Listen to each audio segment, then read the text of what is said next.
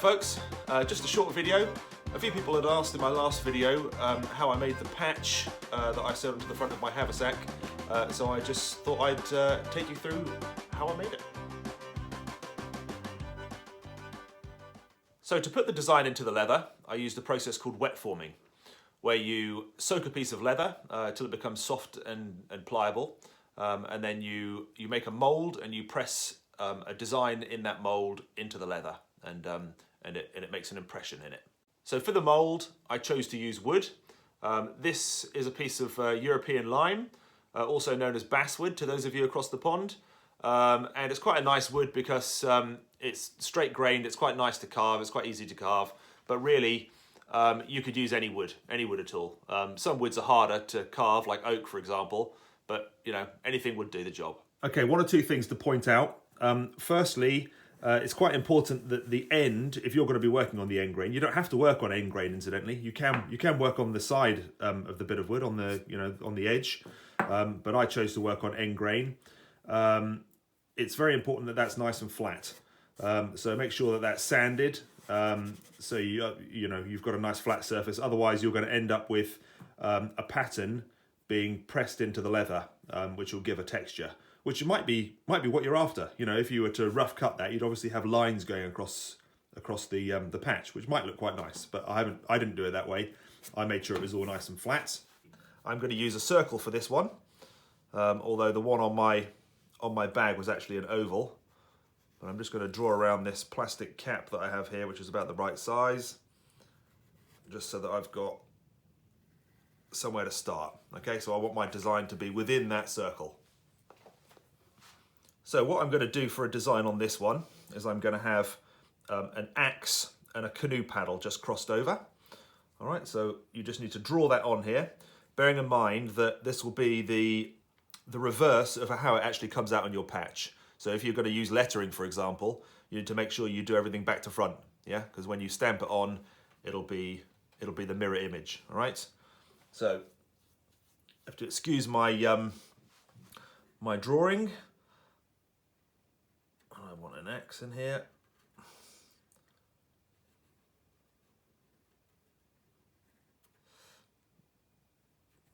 The head here. Okay, so we've got an axe, and then I want to have that crossed by a paddle. Now obviously I'm just sketching this on here, and if you make a mistake, you can always, it's not the end of the world, you know, because you can just adjust that when you're actually carving it out. There's a handle. Be a bit wider there, I think, something like that.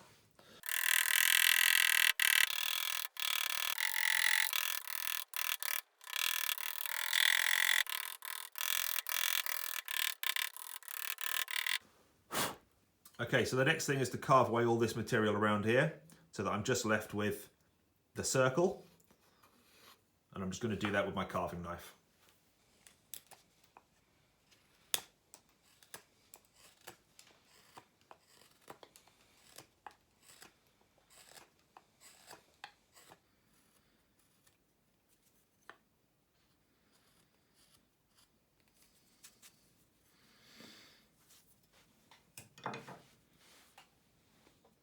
That's been soaking for about an hour, just in water, just in cold water.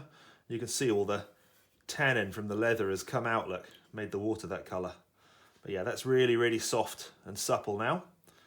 Okay, it's quite thick leather. I think this is about 5mm thick veg tan. So what we need to do now is press the mould into that leather. Take your mould, position it so that you are happy you've got enough clearance around the outside, and then the best thing to do is to stick it in a vise. If you haven't got a vise, you could use a G-cramp or something like that. That'd be absolutely fine. But it's also quite important to have something flat. I've got this piece of MDF here behind it so that when you're pressing into it, it doesn't deform the back of the patch. All right, stick it in there, tighten it up, and you'll see that that squashes right in. And you just need to leave that in your vise overnight or until the leather's dried. The tools that I used to carve the design into the wood are just a couple of old gouges that belonged to my granddad.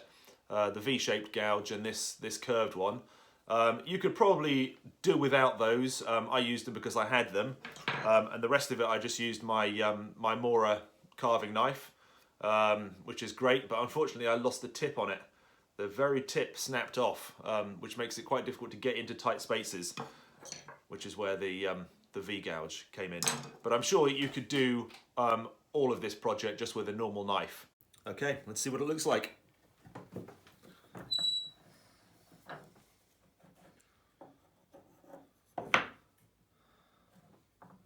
That's come out pretty well.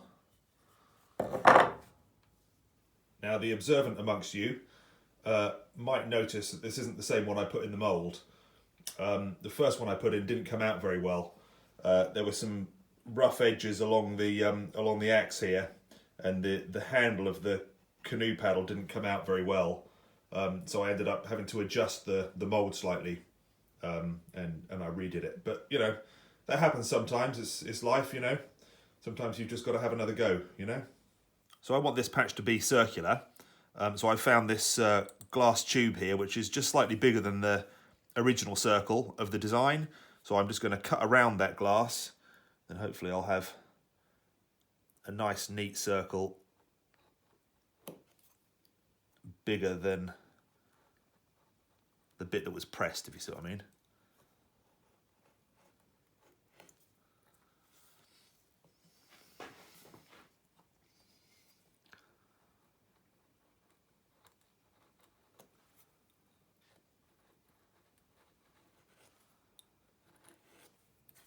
Now I'm going to make some holes in here now so I can stitch it, and the holes are going to go just inside this rim here.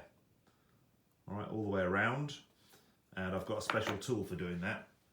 So these funny looking things are called pricking irons, and basically they're just for stamping holes in leather. And I got this as a set. I didn't pay very much for this. They're only a cheap set. You can get much better quality ones, but you know, I'm not a leather worker. I didn't want to go spending a lot of money on tools for working leather until I knew that it was something I was going to enjoy doing. So I just got a cheap set, and basically what you do is you select the one that you need. So if you were doing a straight seam or a straight row of stitching, you'd use one of these longer ones here, and it just makes sure that you get all your holes in a nice straight line. Okay, and then you can overlap them and just keep going, punching holes through the leather so you can stitch through. Because you'll never push a needle through that, as you can imagine. You know, it's 5mm thick leather. So this just puts a hole in, and then you can push your needle through the hole. Now, because I'm doing a circle this time, they're not going to be any use to me. And if I only use one, I won't be able to, you know, that won't give me the spacing. So I'm going to use the double pronged pricking iron, and I'm just going to go around the inside of that rim and make holes so I could stitch it onto something.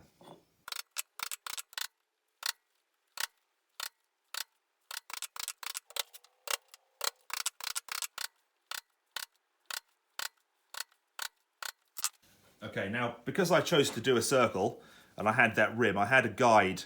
You know, the rim was the guide for me to follow around. If you want the stitching to be along a straight edge though, like it was on the patch I put on my haversack, then you need to have something really to guide you, to keep your stitching in a nice straight line. Now this tool here is designed for that. This is an awful tool. This is really cheap. I bought it off eBay. It only cost a couple of pounds, and it's really not fit for purpose, but it does kind of put a mark on the leather. What it's supposed to do is it's supposed to actually gouge out and remove the top layer of leather, so you have an indentation that you can stitch in, but it doesn't cut, doesn't even touch the leather. But what it does do is it makes a mark. So what you do is you adjust this little arm here, so depending on how far you want your line to be from the edge, you know, you set it with this little arm, and you lock it in place, and then you just run that along. What it should do is it should actually scratch and remove and cut that top bit of leather away. But as it is, it just puts a dent in, which is enough for you to be able to see what you're doing. You know, and then if you take your your long pricking iron.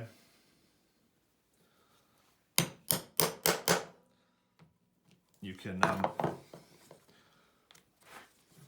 get that in a nice straight line. And then you just line it up with the last hole you did, and you go again. And then you just keep going till you get to your corner.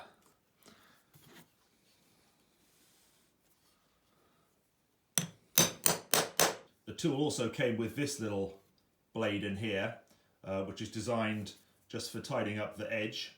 So I'm just going to run that around the edges of this patch and just try and tidy them up a little bit.